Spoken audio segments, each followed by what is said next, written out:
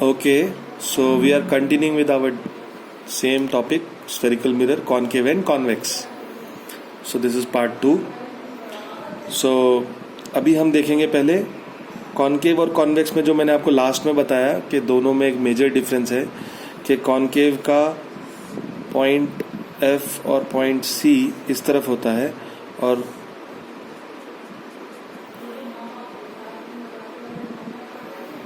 Convex का point F और point C इस तरफ होता है। तो ये लेफ्ट हैंड साइड, ये लॉन्ग। तो क्यों ऐसा होता है? देखिए स्टूडेंट्स, ये समझिए आप, बहुत सिंपल फंडा है। आपको ध्यान होना चाहिए मिरर कहाँ से आया। ये मिरर आया एक सर्कल से, याद है? एक सर्कुलर ग्लास स्लैब था।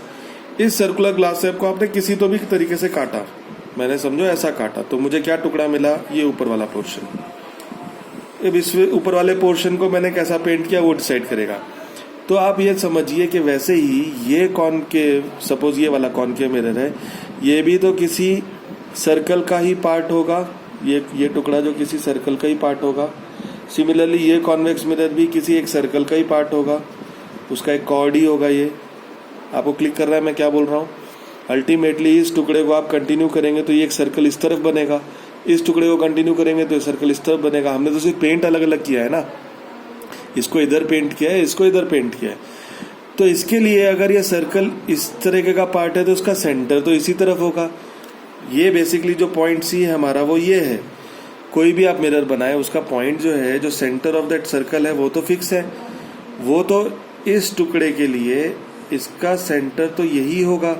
अब चाहे उसको आप ये पार्ट कर दो पेंट, या फिर उसको आप ये पार्ट कर दो, उसका सेंटर तो हमेशा यही रहेगा। पर हमने रूल बनाया लेफ्ट हैंड साइड रखने वाला। तो क्योंकि हम लेफ्ट हैंड साइड में ऑब्जेक्ट को रखना चाहते हैं, इसके लिए हम मिरर को गोल घुमा देते हैं। इसके लिए उसका सेंटर भी पॉइंट चेंज हो जाता है। क्लिक कर रहा है आपको? यही टुकड़ा है, इसी टुकड़े को ये मैंने उठा के यहाँ रखा। अभी यही टुकड़े को मैंने जब ऐसे रख दिया कॉन्वेक्स मिरर के लिए तो इसका सेंटर यहाँ बन गया। पर यही टुकड़े को मैंने अब ऐसे उठा के रख दिया तो इसका सेंटर यहाँ बन गया।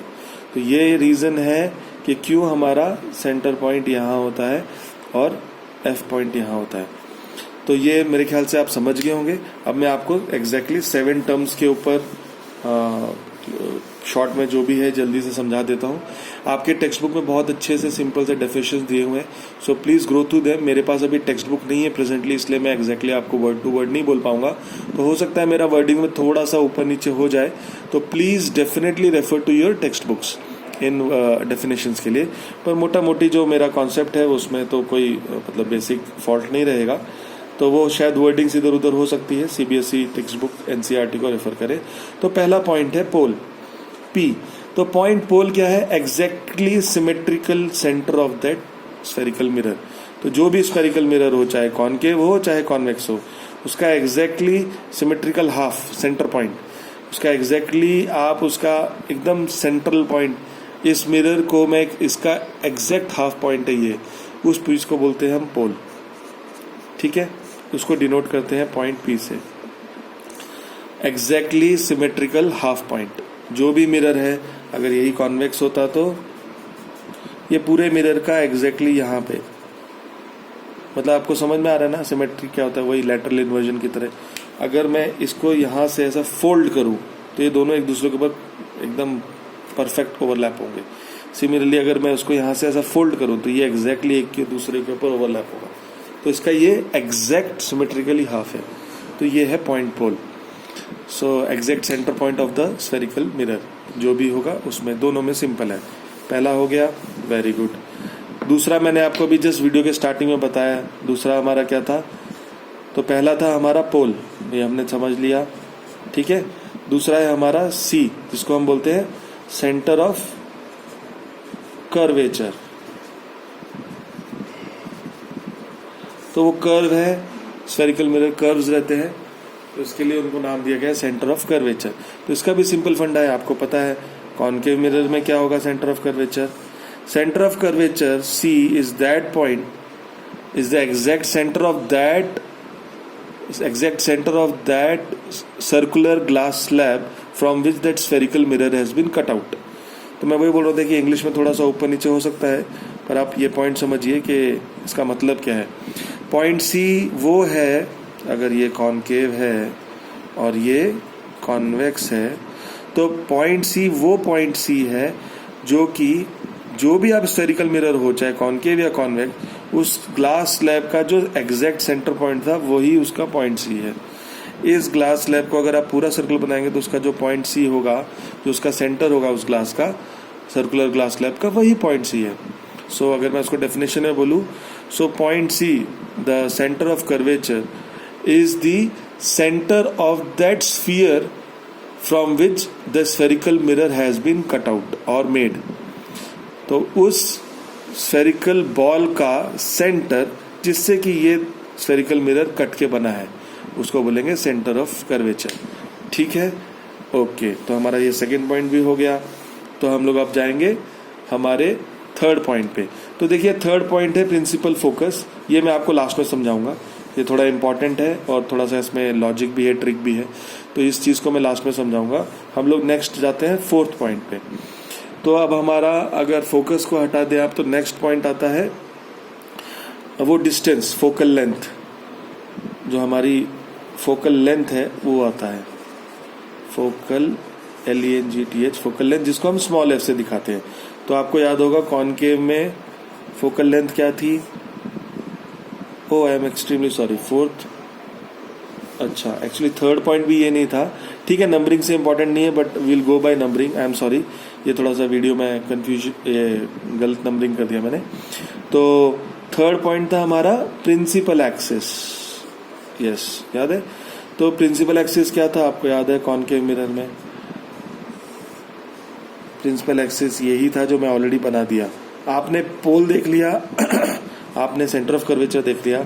सो a straight line joining these pole and centre of curvature is called principal axis. Simple definition है।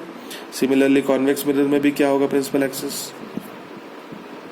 आपने पॉइंट P बना लिया, आपने पॉइंट C बना लिया। A straight line joining P and C will be principal axis. Simple definition है। तो हमने फर्स्ट, फिर से बोल रहा हूँ, पोल देखा, सेकेंड सेंटर ऑफ कर्वेचर देखा, थर्ड प्रिंसिपल एक्सिस देख लिया।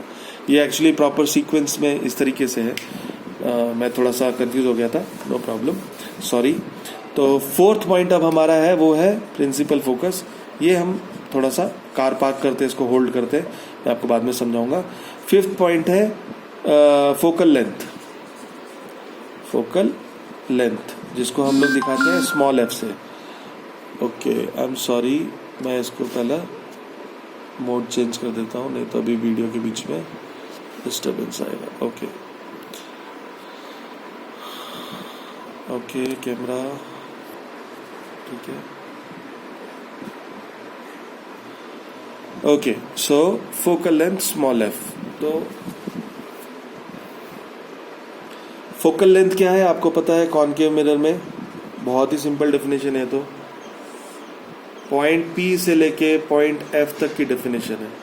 और आपको पता है C के बीच में एग्जैक्टली, C और P के एग्जैक्टली हाफ में पॉइंट F आता है। So what is focal length?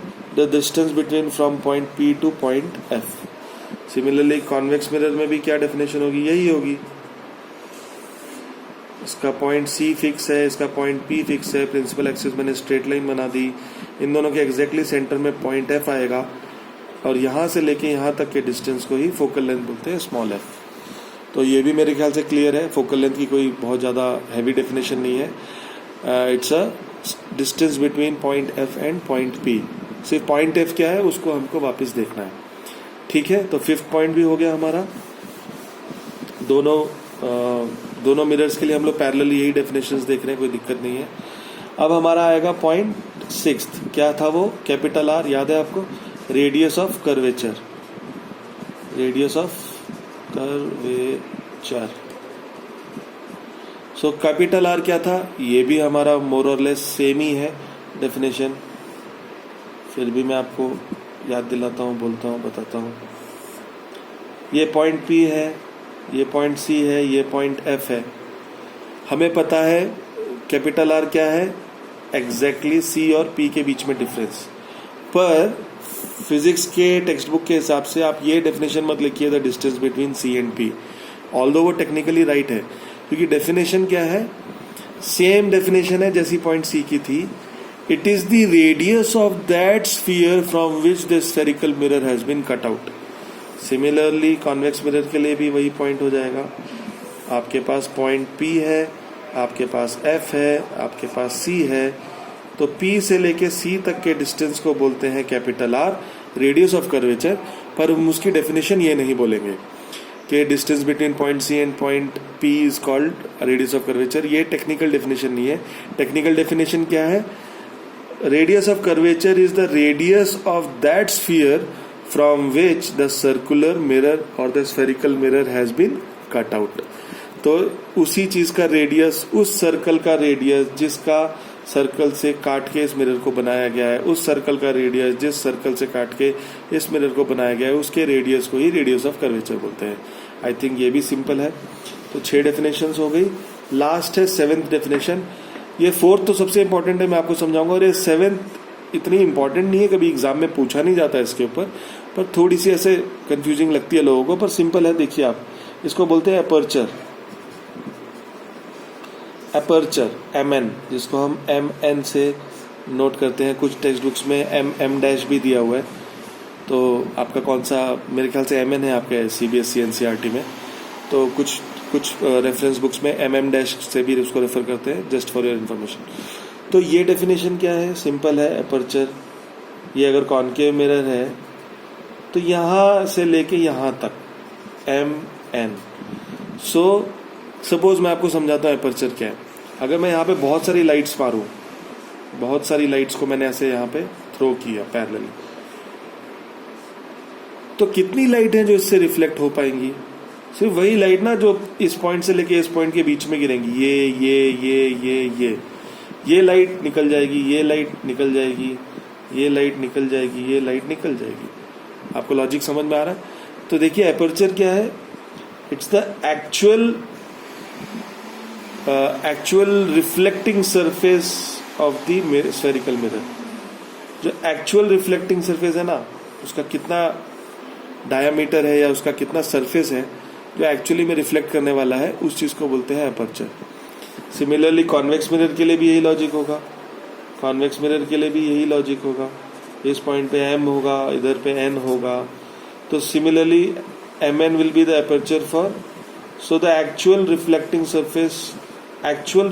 surface of the convex mirror will be known as aperture. So actual reflecting diameter of the spherical mirror is known as aperture. तो ये exactly अगर मैं आपको थोड़ा सा एक, ये मैंने खुद का अपना एक वर्जन सोचा है. देखिए आपको वो 3D में समझना पड़ेगा. ये पूरी स्फेरिकल बॉल हमारे पास, ये 2D नहीं है, 3D है. मेरे पास गोला है, ऐसा हमारी बॉल होती है. बॉल को एक टुकड़े को आपने काटा है ऊपर से चुपक करके, तो चिप ऑफ होकर निकलता है वो. तो अगर आप उस टुकड़े को, अभी जो छोटा टुकड़ा है वो तो हमारा मिरर बन रहा है, पर अब वो जो बड़ा टुकड़ा है अगर उसको देखेंगे तो वो कैसा दिखेगा? सब तरफ से पूरी बॉल है, बस बीच में एक छेद है.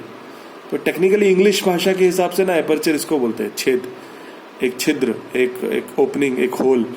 लाइक अगर आप ढंग से देखें, हमारा जैसे बलून होती है, फुटबॉल होती है, हमारा वॉलीबॉल, फुटबॉल, ये सब चीज़ों में जो हमारा पिन होती है जहाँ से हम हवा भरते हैं, दैट इज अपर्चर. वो छोटा सा एक टुकड़ा निकाल दिया गया है. समझ में आ रहा है आपको? पूरी बॉल है उसके ऊपर से. सो टेक्निकली दैट एग्जैक्ट जो होल बन जाता है ना, उसको अपर्चर बोलते हैं. तो आपने भी इंग्लिश में, साइंस में यूज़ किया होगा वर्ड अपर्चर.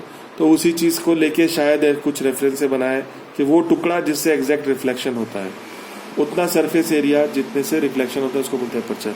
ये टेक्निकली कभी भी मैंने अभी तक पिछले बहुत साल के बोर्ड एग्जाम्स के पेपर में देखा है, ऐसा कोई स्पेसिफिक क्वेश्चन आया नहीं है डिफाइन अपर्चर या व्हाट इज एग्जैक्टली अपर्चर. तो ये अंडरस्टैंडिंग के लिए इम्पोर्टेंट है. इतना बोर्ड के एंगल से या इतना एग्जैक्टली डेफिनेशन के एंगल से इतना इम्पोर्टेंट नहीं है, बट स्टिल हमको पढ़ना तो ही. तो हमारी ये 7 पॉइंट्स हो गए. अभी मेरा एक जो लास्ट का पॉइंट रह गया था, 4th पॉइंट, प्रिंसिपल फोकस क्या है वो बताता हूँ, और उसके बाद ये वीडियो को एंड करेंगे क्योंकि इट्स ऑलरेडी 14 मिनट्स के प्लस वीडियो हो चुका है. तो देखिए प्रिंसिपल फोकस क्या है ये समझिए. नाउ प्रिंसिपल फोकस की डेफिनेशन उन्होंने क्या दी है, मैंने आपको बताया था पैरेलल लाइन. तो अगर मैं पैरेलल लाइन डालूं, पैरेलल लाइन का मतलब क्या है? Light rays. सपोज पहला कॉनकेव मिरर है, कॉनकेव मिरर के ऊपर अगर मैं पैरेलल रेज डालूं, तो उन्होंने देखा और पैरेलल रेज भी कौन सी parallel rays? Parallel to principal axis. ये मेरा एफ है, ये मेरा सी है। मैंने ऐसी पैरेलल रेज डाली लाइट जो प्रिंसिपल एक्सिस के पैरेलल है, तो उन्होंने एक चीज ऑब्जर्व की कि सारी इंसिडेंट रेज टकराने के बाद एक ही पर्टिकुलर पॉइंट से होके निकली। सारी की सारी रेज जो भी पैरेलल थी ना, वो एक ही पॉइंट से होके निकली। उसी पॉइंट को बोलते हैं प्रिंसिपल फोकस। ठीक है, क्लियर है ये? सो इंग्लिश में अगर मैं बोलूं, if parallel beam of incident light which is parallel to principal axis, if parallel incident rays parallel to principal axis, if incident rays parallel to principal axis are thrown towards a concave mirror, after reflection all the reflected rays come and meet at one single point on the principal axis. Principal axis के ऊपर आके वो एक point पे मिलते हैं। This point is known as principal focus. उसी point को हम बोलते हैं फोकस। अगर मैं यही चीज कॉन्वेक्स मिरर के लिए बोलूं,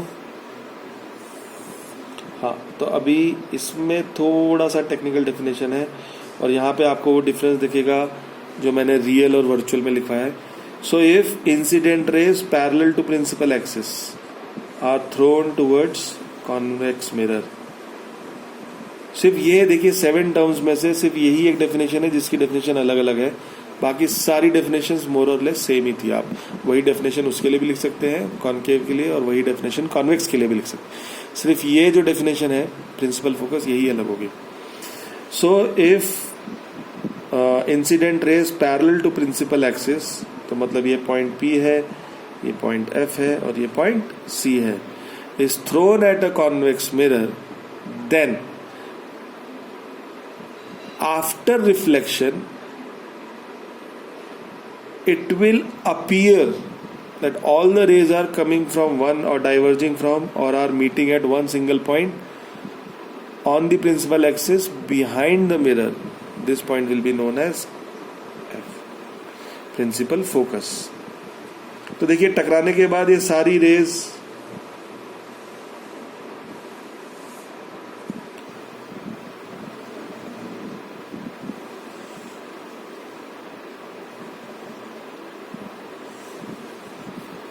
ओके